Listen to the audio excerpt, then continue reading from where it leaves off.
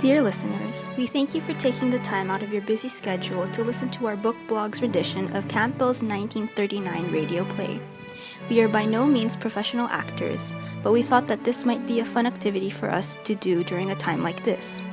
We hope that you enjoy listening to this as much as we have enjoyed creating it, despite our unprofessionality. A Christmas Carol by Charles Dickens has become a treasured Christmas classic over the past 150 years since it was published. There have been many different adaptations of the story, so we hope that you enjoy our own version of it. This is Bookworms and Bluestockings coming together from different parts of the world to bring this story to your homes. Enjoy.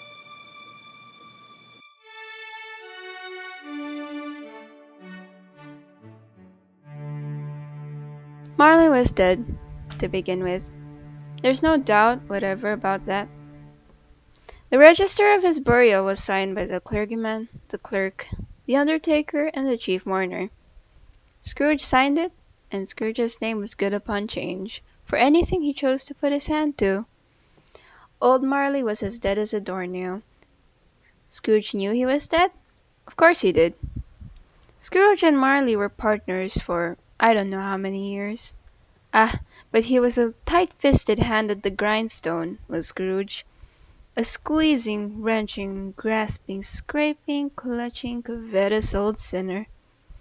And once upon a time, of all the good days in the year, on Christmas Eve, old Scrooge sat busy in his counting-house, a grim, cheerless place if ever there was one. The door of Scrooge's counting-house was open that he might keep his eye upon his clerk, Bob Cratchit, who in the cold and dismal little cell beyond worked at his ledgers. 19, 20, 21, 22. Merry gentlemen, let nothing you dismay. 23, 26. Christmas Day. 17, 13, 17, 7. Cratchit! Yes, Mr. Scrooge. Stop that infernal caterwauling! Yes, sir. 9, 15, 17. Singing their idiotic Christmas carols at my very door. Go on! Get away from my door! Go somewhere else and bellow your blasted carols or I'll give ya! Why, Governor, it's an old custom at Christmas time, you know. Yes! And I don't want any of your old customs. Take your fellow fools and go away. Christmas. Blah. Right, sir. Merry Christmas anyway, sir.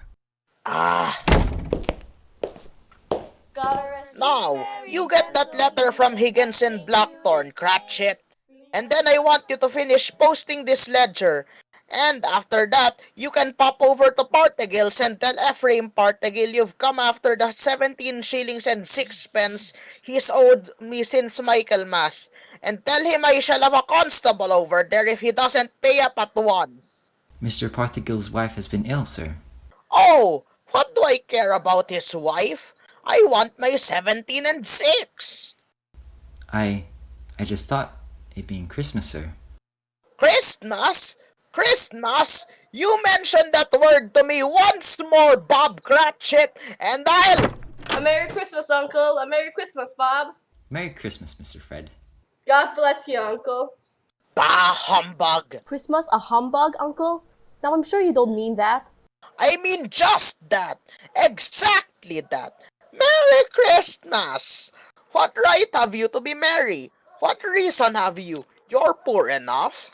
Well, what right have you to be dismal about Christmas, Uncle? You're rich enough. Bah. Now, Uncle, don't be cross. Well, what else can I be when I live in such a world of fools? What's Christmas to you but a time for paying bills without money? Merry Christmas! A time for finding yourself a year older and not an hour richer. If I could work my will, every idiot who goes about with Merry Christmas on his lips should be boiled with his own pudding and buried with a stake of holly through his heart. He should! Uncle! Now, nephew, keep Christmas in your own way and let me keep it in mine. Keep it? But you don't keep it, Uncle. Well, let me leave it alone then. What do you want? A Christmas gift, I've no doubt. I came to wish you a Merry Christmas, Uncle. A Merry Christmas? Much good may Christmas do you. Ha ha ha! Much good it has ever done ya. There are many things from which I derive good by which I have not profited materially, I dare say, uncle. Christmas among the rest. But I have always thought of Christmas time as a good time, a kind, forgiving, charitable, pleasant time. And therefore, uncle, though it has never put a scrap of gold or silver in my pocket, I believe it has done me good, and will do me good. And I say, God bless it. God bless Christmas. Hurrah. Let me hear another sound out of you there, Bob Cratchit, and you'll keep your Christmas by losing your situation. As to you, nephew, I wonder you don't go into Parliament. You talk enough nonsense. Oh, don't be angry, uncle. I want nothing from you. I ask nothing of you. Why can't we be friends? Good afternoon. I'm sorry you feel that way. Well, I tried. A Merry Christmas to you, uncle. Good afternoon. And Happy New Year, too. Ah, humbug. And a Merry Christmas to you, Bob. And the Missus. And Tiny Tim. Oh, thank you, Mr. Fred. Same to you, sir. Good day, sir. Nonsense. Twaddle. Flummery. Talking of Christmas and not 2 sixpences to jingle together in his trousers pocket. Hey, you there! Bob Cratchit! Come here! What are you doing there? I'm only putting a bit more coal in the fire, Mrs. Scrooge, seeing it's so cold in there, sir. You put that coal back into the scuttle. A fire! A fire indeed! I can tell you, if you use coal at that rate, you and I will soon be parting company, Bob Cratchit. You understand that? There's many a young fella in your situation, you know. I'm sorry, sir. My fingers were getting a little stiff with the cold. Then put on your mittens. There's someone at the door. Go on, see who it is. Yes, sir. Good afternoon, sir. Good afternoon. Is this the firm of Scrooge and Marley? Yes, sir. I shall like to see the head of the firm, if I may. Oh, very good, sir. What is it? A gentleman to see you, Mr. Scrooge. Huh? Have I the pleasure of addressing a Mr. Scrooge or a Mr. Marley? Marley's been dead these 7 years tonight. I'm Scrooge. Well now, Mr. Scrooge, as you may know, there are many thousands of families in this great city who must spend these cold and merciless nights in the streets without food or shelter. Do you not think it right that those of us who are well off ought to do what we can for them in their plight? Grrr. Are there no prisons? No, sir. There are plenty of prisons.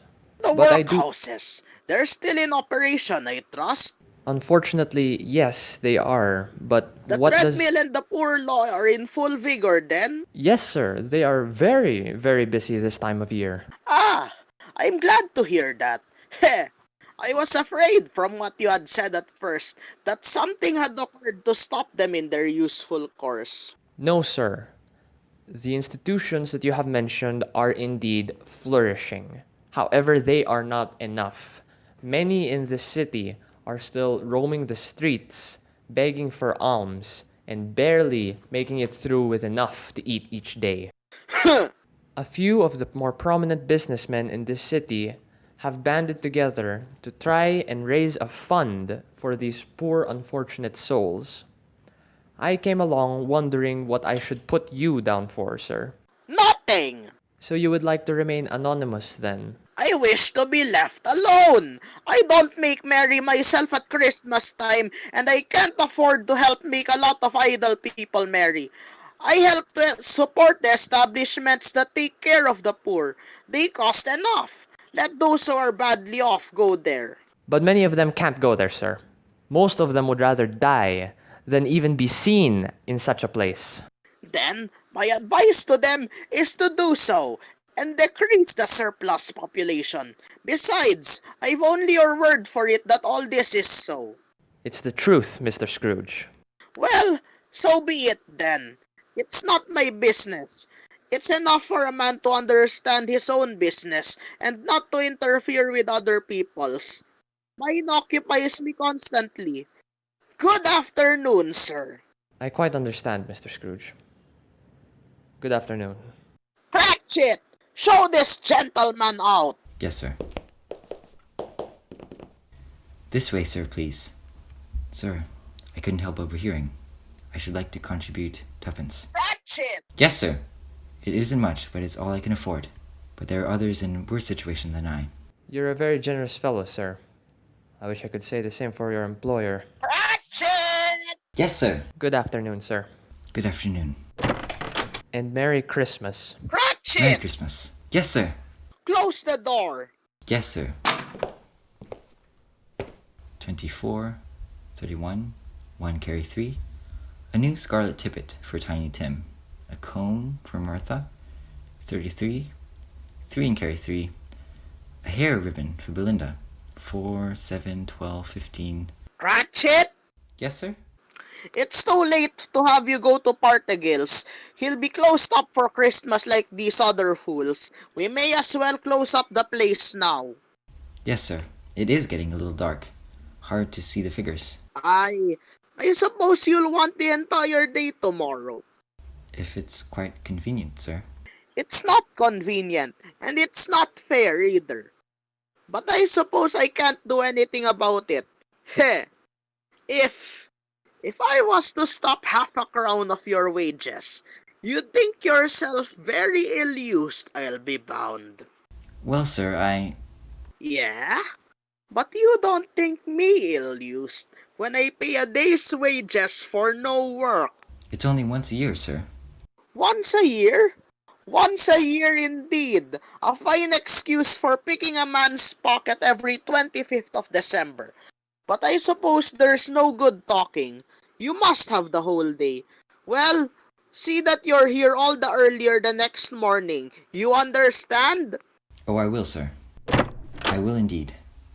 Good night, sir, and Merry Christmas. Bah! Merry Christmas. Bah! The office was closed in a twinkling, and Bob Cratchit, with the long ends of his white comforter dangling below his waist, for he boasted no greatcoat, went down a slide on Cornhill 20 times, in honor of its being Christmas Eve, and then ran home to Camden Town as hard as he could pelt to play with his family at Blindman's Buff. George, on the other hand, took his melancholy dinner in his usual melancholy tavern. Having read all the newspapers and spent the rest of the evening with his banker's book, went to his dismal house. Darkness is cheap, and Scrooge liked it. The yard was so dark that even Scrooge, who knew its every stone, had to grope with his hands through the fog and the frost to find the door. Scrooge walked through his rooms to see that all was all right. Sitting room, bedroom, lumber room, all as they should be. Nobody under the table, nobody under the sofa, nobody under the bed, nobody in the closet. Closed the door. He locked himself in. He double-locked himself in, and took off his cravat, put on his dressing gown and slippers, and his nightcap, and sat down before the fire to take his gruel.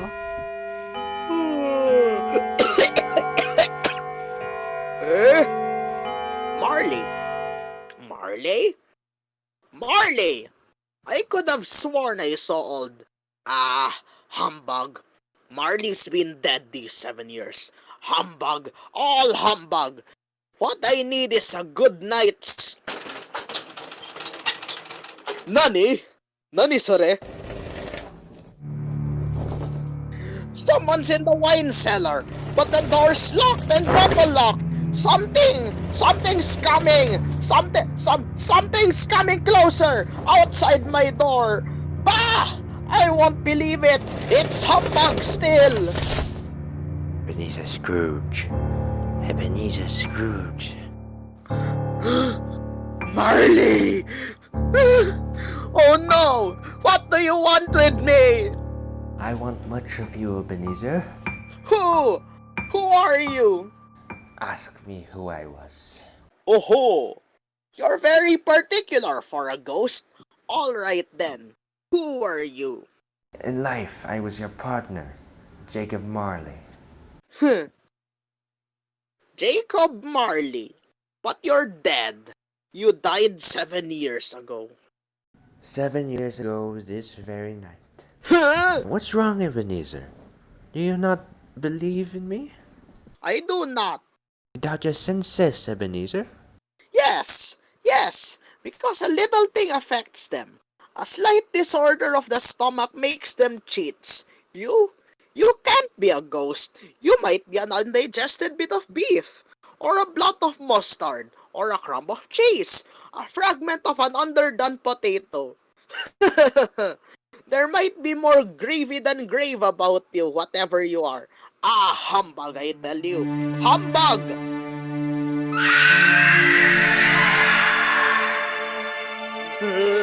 I do believe in you. You are a ghost, Jacob. Thank you. But why? Why do you walk the earth, Jacob? Why do you come to me?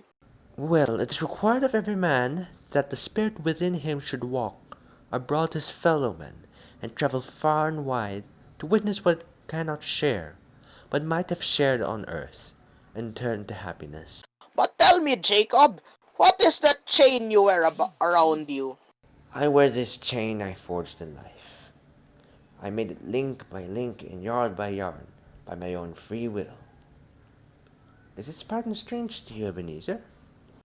Cash boxes? Keys and padlocks? Ledgers and purses? Well, now yours was as heavy as long as this. 7 years ago. You have labored it on since, Ebeneezer. Oh, Jacob! Speak comfort to me, Jacob! Comfort I have none to give. I cannot rest, I cannot stay, I cannot linger. Weary journeys lie before me. You travel fast? Yes, Ebeneezer, the wings of the wind. Ah, 7 years dead and traveling all the time. 7 years, Ebeneezer.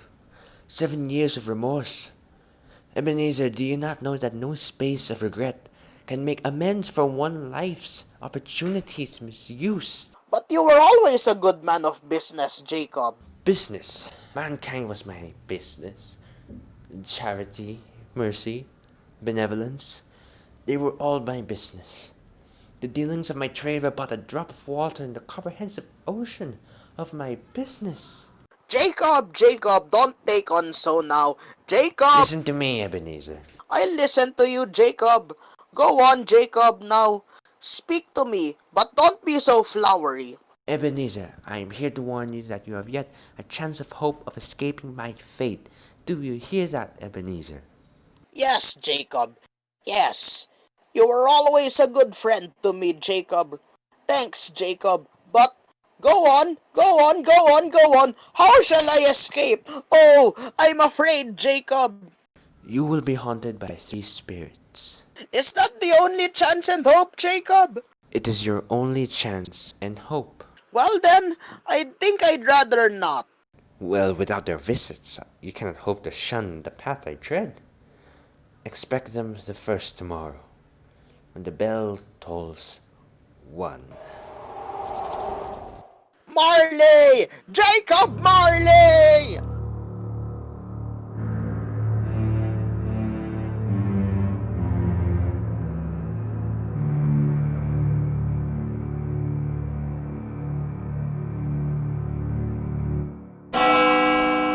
Scrooge awoke. He was lying on his bed fully dressed. Suddenly, the curtains of his bed were drawn aside, and Scrooge found himself face to face with the unearthly visitor who drew them, as close to it as I am now to you, and I am standing in the spirit at your elbow. It was a strange figure, like a child, yet not so like a child as like an old man. Its hair, which hung about its neck and down its back, was white as if with age, and yet the face had not a wrinkle in it, and the tenderest bloom was on the skin. The arms were long and muscular, the hands the same, as if its hold were of uncommon strength. Ebenezer Scrooge. Who's that? Ebenezer Scrooge. I have come for you. You? Are you the spirit, sir, whose coming was foretold me? I am that spirit. Who? What are you? I am the ghost of Christmas past. Long past? No, your past. But, but, what do you want of me? What brings you here to haunt me? Your welfare, Ebenezer Scrooge. Rise and walk with me. Oh! No, no, no, no, no, no, no, no, no, no, no! Not out of the window! Why I can't do that? I'll fall down. I'm not a spirit. I'm mortal and I'll fall to my doom. Bear but a touch of your hand upon your heart, and you shall be upheld in more than this. Come, follow me.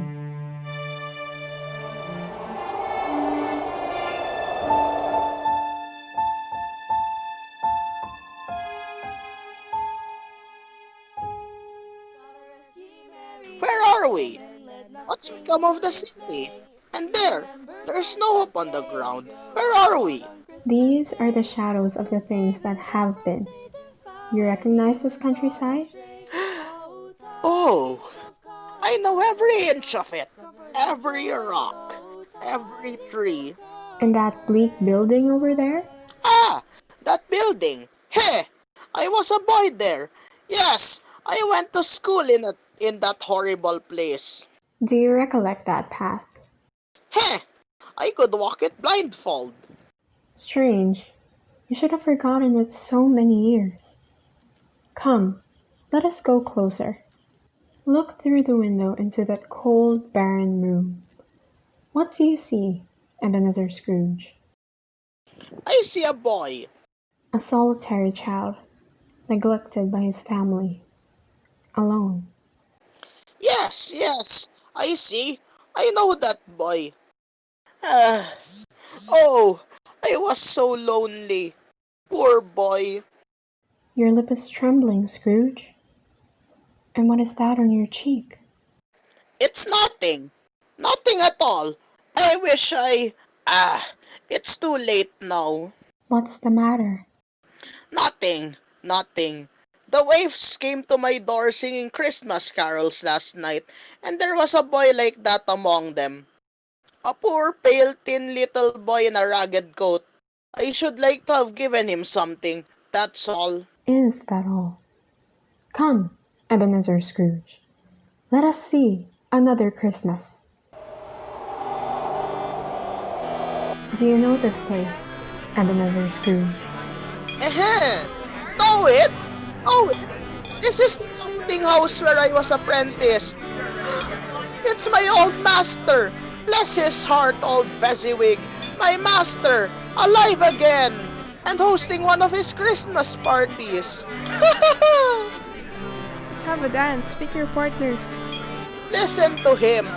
Do the corkscrew, thread the needle, and back to your places. And there's Dick Wilkins. Poor Dick. Dear. Yes, and look, there's Mrs. Fezziwig herself, looking younger than any of them. And the tables, all loaded with roasts and cider, mince pie and beer. Oh, what a jolly time we used to have. That carefree young man with a light heart and a gay smile. Do you recognize him? Yes. Merciful heaven. How happy was I then? Small matter for old Fezziwig to make those silly folks so full of joy. Small matter. Small indeed. Isn't it? He has spent only a few pounds of your mortal money.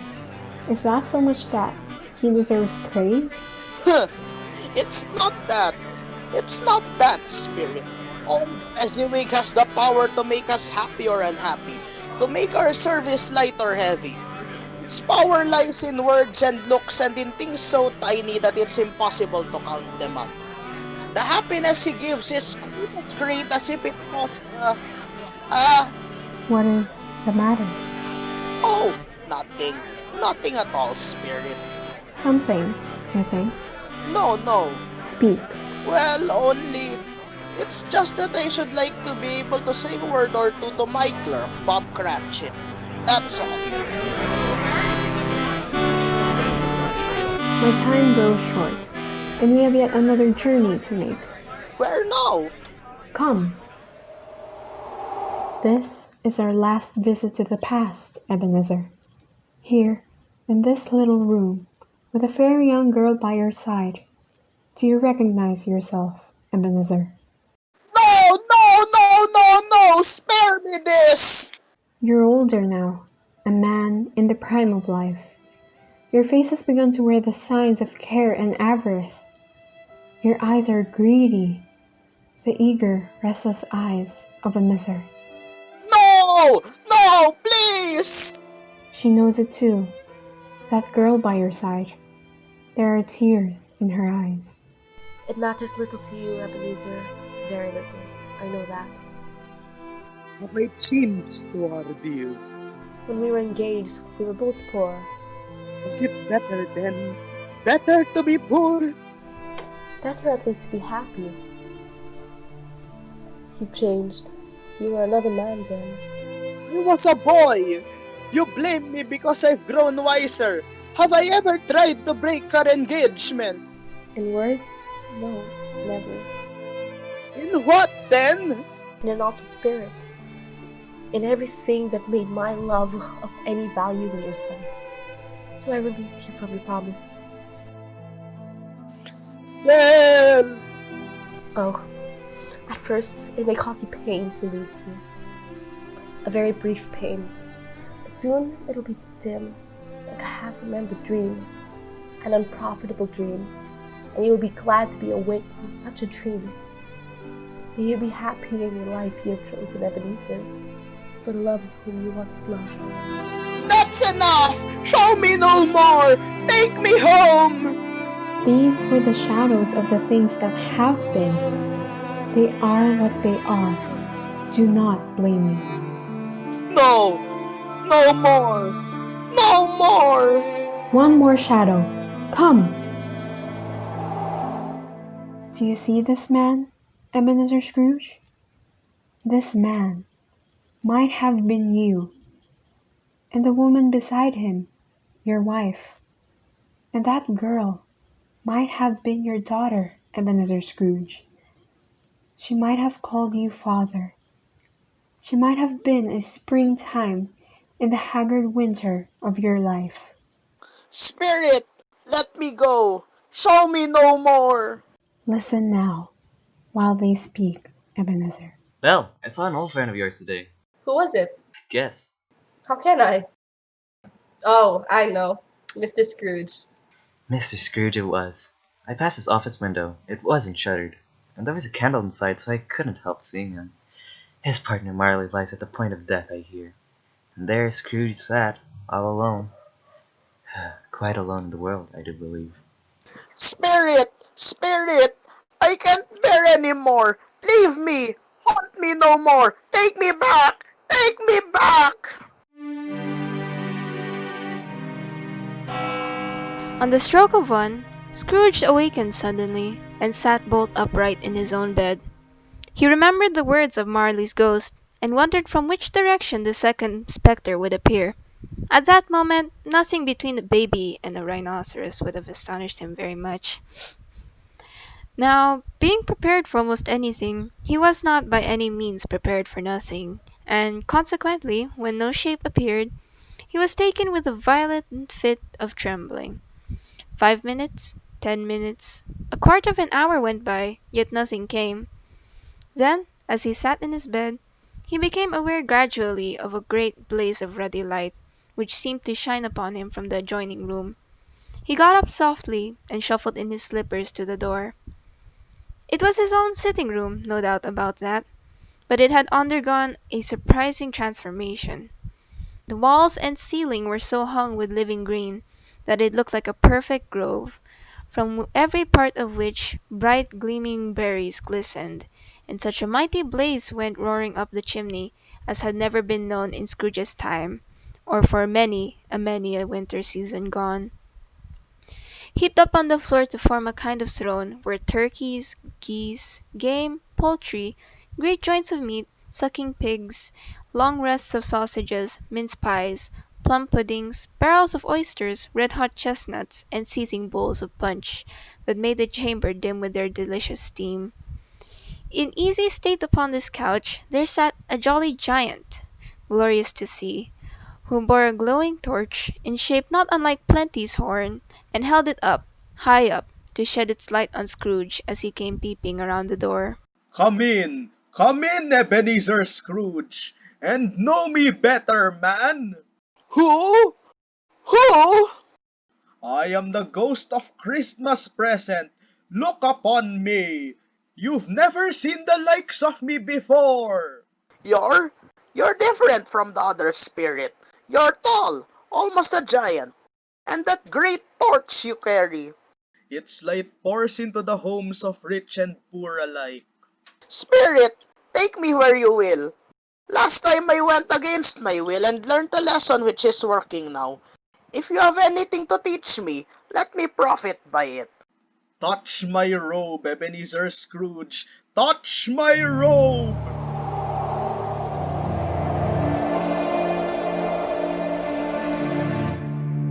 Where have you brought me, Spirit? A humble dwelling on a humble street. It's humble enough. Yet there is happiness there. Who are these people? Who's that woman? And the children? These are the family of your clerk, Bob Cratchit. His wife, dressed in a twice-turned gown but brave in ribbons, laying the table for their Christmas dinner. And there, assisting her, is her daughter Belinda. And the young man with the fork in the stuffing, that's Master Peter Cratchit. And the two little Cratchits. Listen, Scrooge. Here's Martha, Mother. Why did you say Martha! that name? Why, bless your heart alive, Martha, my dear, Merry Christmas to you. Merry Christmas, Mother. Merry Christmas! How late you are, my dear. Oh, we had a deal of work to finish up last night, and we had to clear away this morning. Well, never mind, so long as you're here now. Sit ye down before the fire and have a warm. Lord bless ye. Where's Father? He's been to church with Tiny Tim. They'll be along directly. How is Tiny Tim, Mother? Any better at all? Sometimes I think he is. And sometimes I think, oh dear God, if anything should happen to Tiny Tim. Mother, you mustn't even think of such a thing. Here they are! There's Tiny Tim. Merry Christmas, everybody. Martha, welcome, my dear. Merry Christmas, Father. Merry Christmas, Martha! Oh, Tim, you darling. Oh, Father, I'm so glad to be home. And we're so glad to have you, Martha. And how did little Tim behave in church, Bob? Oh, as good as gold, and better. I like church, Mother. They sang the nicest songs. I hope people saw me there. Saw you there? Why, Tim? Well, don't you see? It's because I'm lame. And if they saw my crutch, it might be pleasant for them to remember on Christmas who it was made lame beggars walk and blind men see. Oh, bless you, my son. Are we going to eat, Mother? Come on, let's eat! Yes, children, we're all ready. Come, take your places now. And Bob, wait your turn. There's plenty. Stuffing and dressing and plum pudding for all of you. Martha, you take care of Tiny Tim. Yes, Mother. You see that he eats plenty. He must get tall and well. Now sit down, everyone. Now, my dears, shall we say grace? Our Father. Spirit, tell me if Tiny Tim will live.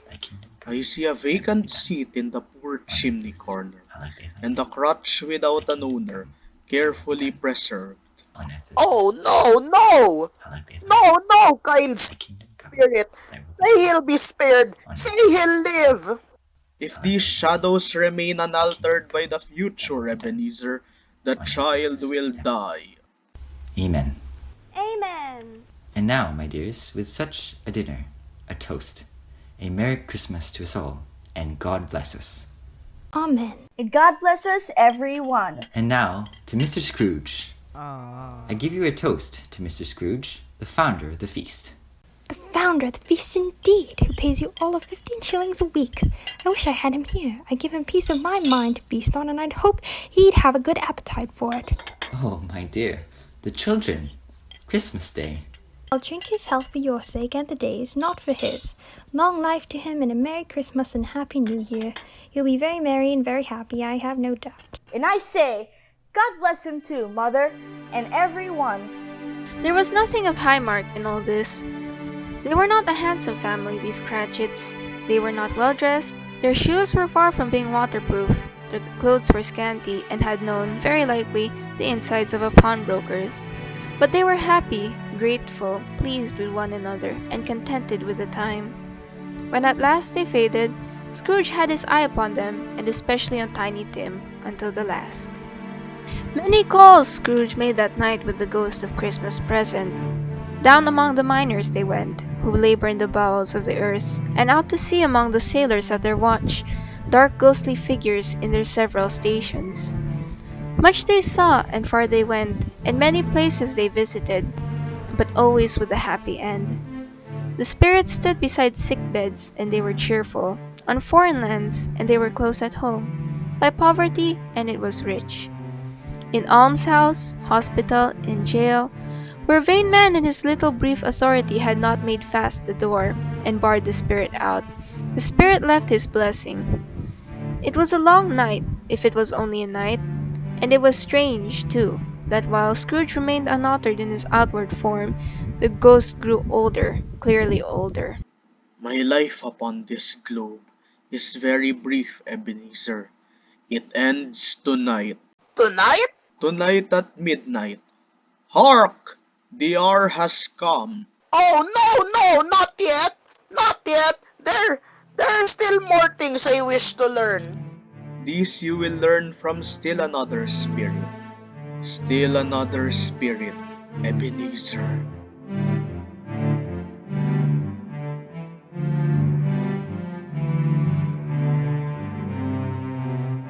Scrooge looked about him for the ghost.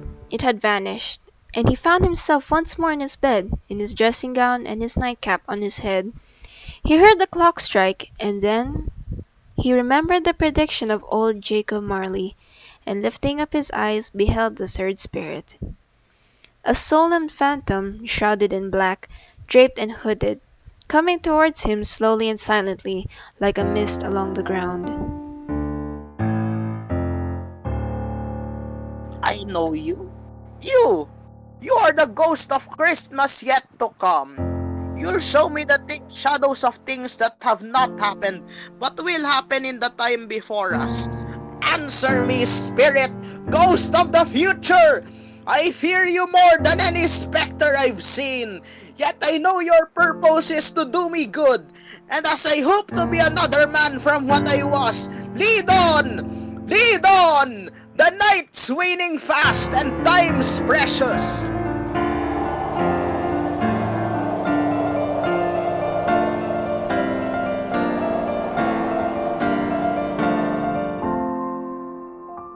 Spirit, why have you brought me here again? Here to Bob Cratchit's home? But it's not the same. What? Why is it so quiet? So very quiet here.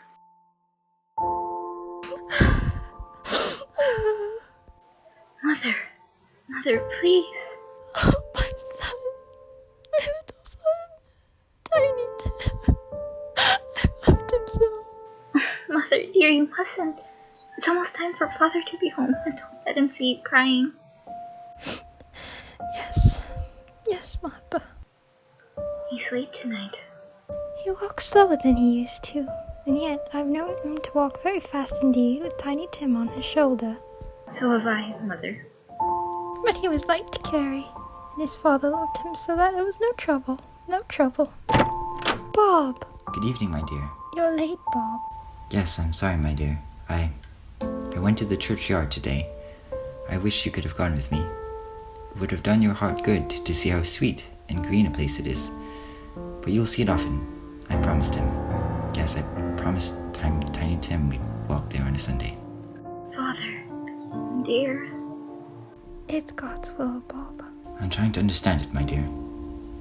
My son. My little son, Tiny Tim. And I loved him so. Oh, that's cruel! Cruel! Can't you give me one ray of hope that I may change all that? That Tiny Tim may live?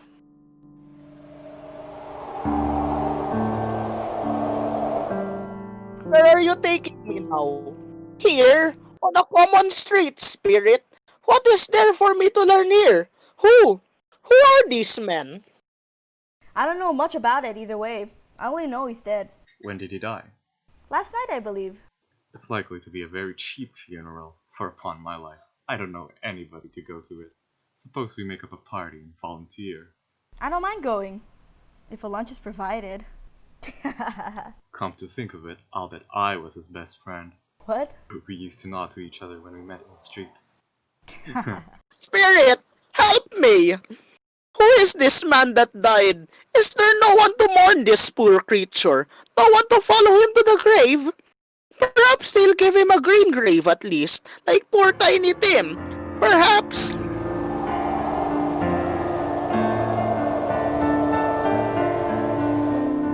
Spirit! Where are we now? Merciful heaven! A churchyard! Overrun by grass and weeds, choked with too much burying, desolate, lonely, crumbling gravestones. Spirit! Before I draw nearer to that gravestone, answer me one question. Are these shadows of things that will be? Or are they shadows of things that may be only? Huh? Will you not speak to me, Spirit? What is that grave to which you point? Ah, now I see it. Aha! There's writing on that stone. The name on the gravestone is... Ebeneezer Scrooge. Ebeneezer Scrooge! Oh, no, Spirit! No! Hear me! I'm not the man I was! Why show me this if I am past all hope? Tell me that I can change these dreadful shadows you've shown me by an altered life. I'll honor Christmas in my heart. I'll try to keep it all the year. I'll live in the past, the present, and the future. And I'll not shut out the lessons that they teach. Tell me, Spirit. Oh, go on. Tell me. Tell me that I can sponge away the writing on that stone, Spirit. I beg you, Spirit. I beg you!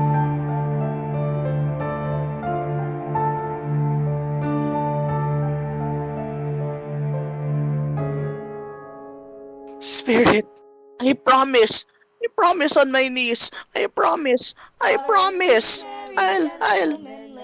Eh? Why? What's this? It's my own drape. Oh, I'm home. In my own bed. In my own room. And the sun's shining. It's clear. It's bright. No fog! What a beautiful day! Oh, glorious! Hey, boy! Oh, boy! Yes, sir? What's today? What's that, sir? What day is it, my fine fellow? Today? Why, it's Christmas Day! Ha! Christmas Day! Then I haven't missed it. The spirits have done it all in one night. All in one night, heaven be praised. How's that, sir? Listen, my lad. You know what the poulterer is in the next street? I should say I do. Ha! An intelligent boy. A remarkable boy. Tell me, do you know if they sold the prize turkey that was hanging in the window? The one as big as me. Hee! What a delightful boy. It's a pleasure to talk to ye. Yes, my buck. It's hanging there now, sir. That's wonderful. Go down, will ya? And tell them to send it to Bob Cratchit and his family on Broad Street. And, mind you, they're not to know who paid for it. Go along. Hurry, my lad. Here. Wait a minute. Here's half a crown for your trouble. Yes, sir. And a Merry Christmas, sir. Ha! And a Merry Christmas to you, my boy. Oh, I don't know what to do. I'm as light as a feather, as happy as an angel. I'm as merry as a schoolboy. Merry Christmas! A Merry Christmas to everybody! A Happy New Year to all the world! Woo! My dear sir, how do you do? I beg your pardon? Well, you, sir, aren't you the gentleman who came to my office in regard to that charity? Why, yes, sir, I was. A Merry Christmas to you.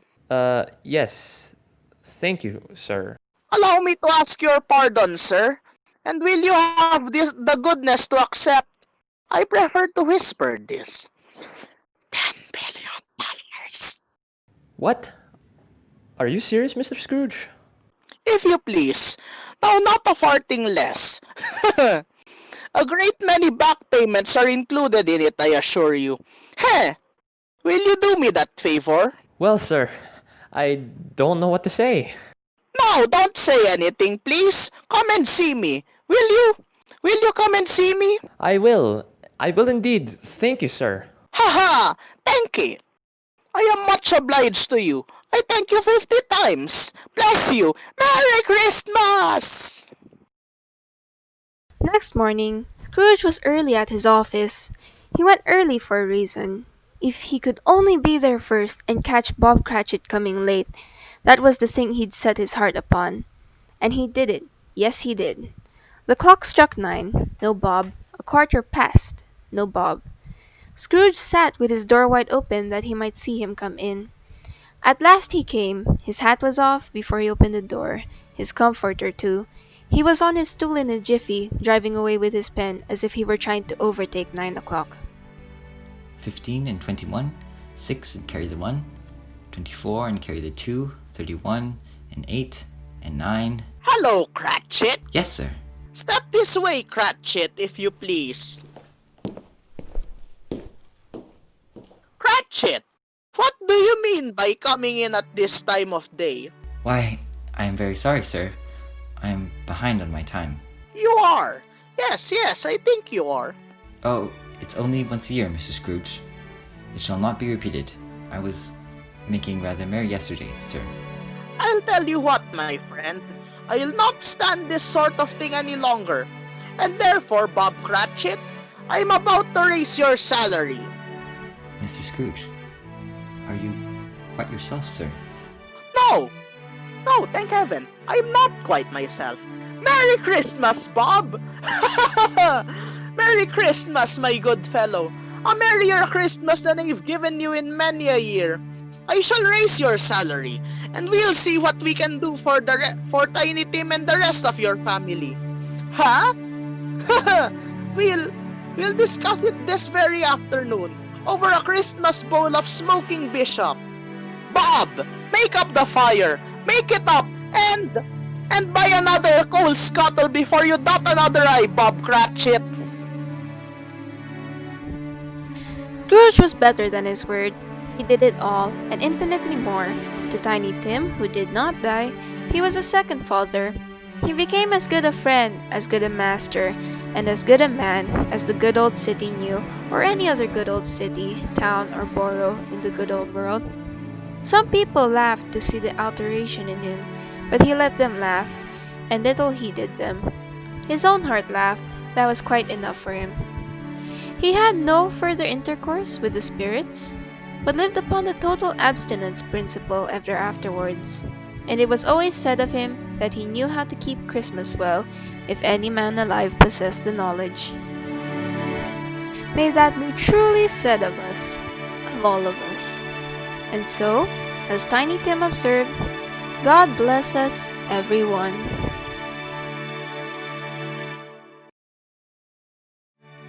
We thank you for listening to our version of A Christmas Carol by Charles Dickens, script taken from Campbell's 1939 radio play. For our cast, we have Ciel as the narrator, Amadeus was Ebeneezer Scrooge, and for his humble assistant Bob Cratchit, we had Milo's voice talent. For Scrooge's former partner Marley, we had Titus. As for the next 3 ghosts, we had Angelia as our ghost of the past. Our ghost of the present was played by Amadeus as well, and our ghost of the future was played by nobody, seeing as he never actually talked in the first place. But let's pretend he was portrayed by one of our newest members, Aaron. For the Cratchit family, we have Mrs. Cratchit portrayed by Loris, Martha was played by Isha, and her youngest brother, Tiny Tim, was portrayed by one of our blog's founders, Eliza. As for the others, Belle and Fred were played by MJ, and Belle's husband was played by Sir Sillybird. Fezwig was played by one of our blog's co-founders, Clarice, while the portly gentleman was portrayed by Samuel. Then for the background characters, we had Justin, Eliza, Clarice, MJ, and Ciel working together to become the Cratchit children. Sillybird and Eliza also were the 2 men talking about Scrooge's death and funeral. Yes, Eliza's aware she did not sound like a man. For the choir music, the new group, the Forte siblings, were happy to provide their voices. Justin and Clarice, meanwhile, worked together to edit this whole play together for your enjoyment. Clarice also made the background music and the art that showed up in our video. Eliza was our director. We hope that you enjoyed this and that the rest of your holidays are merry and bright and blessed. Thank you again for stopping by.